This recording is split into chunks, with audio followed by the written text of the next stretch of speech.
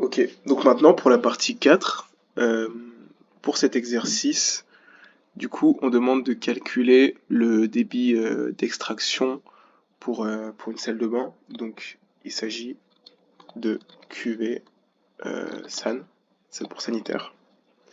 Et là il y a une constante à connaître, c'est le débit nominal, donc selon cette norme D50001, qui est de 3,6. Et à partir de là c'est très simple. Il suffit de prendre notre volume, qui est de 3,5,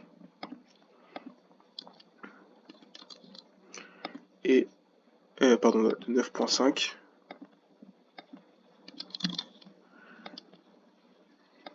et de le multiplier par 3,6, ce qui donne 34,2. Et donc là, ce qu'on voit en fait, c'est que on est en dessous du minimum qui, pour une salle de bain, est à 50. Donc ce tableau, c'est important de le connaître par cœur pour l'examen. Donc comme le minimum est à 50, bah du coup, forcément, la valeur finale sera 50. Si jamais notre résultat c'était par exemple 62, on aurait pu le conserver, puisque c'est entre 50 et 75.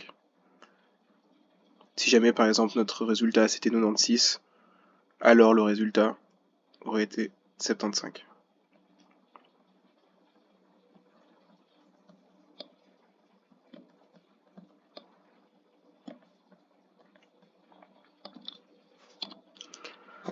Pour le deuxième exercice, on nous demande du coup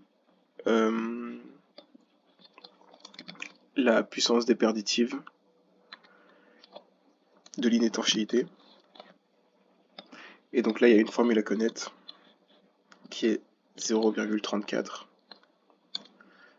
multiplié par le N50, en tout cas sa valeur, multiplié par le volume, le tout divisé par 25. Et donc ici, du coup, c'est très simple. On prend 0,34 que l'on vient multiplier par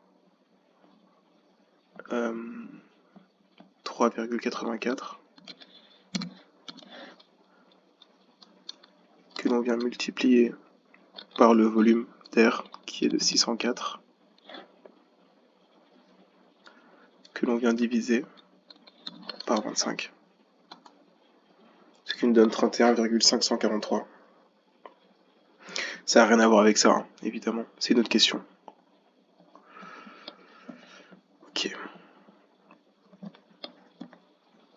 Hop. Je fais descendre ça.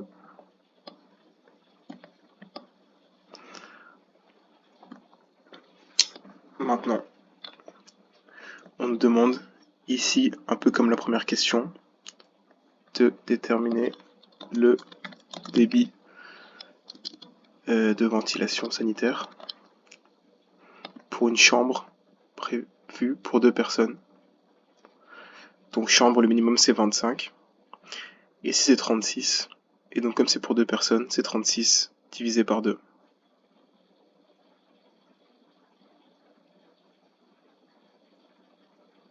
Pardon, c'est par personne, donc c'est 36 fois 2. Alors, pour ça, du coup, on reprend notre valeur nominale, notre débit nominal, qui est de 3,6. Notre surface, qui est de 15,7. Et on vient faire le produit de ces deux valeurs, ce qui nous donne 56,520.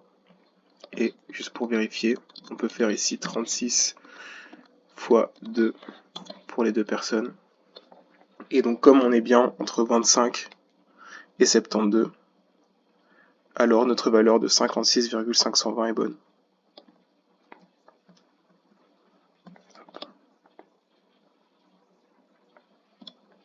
Pour un système mécanique, donc de type D, avec un facteur de multiplication alpha qui vaut 1,45.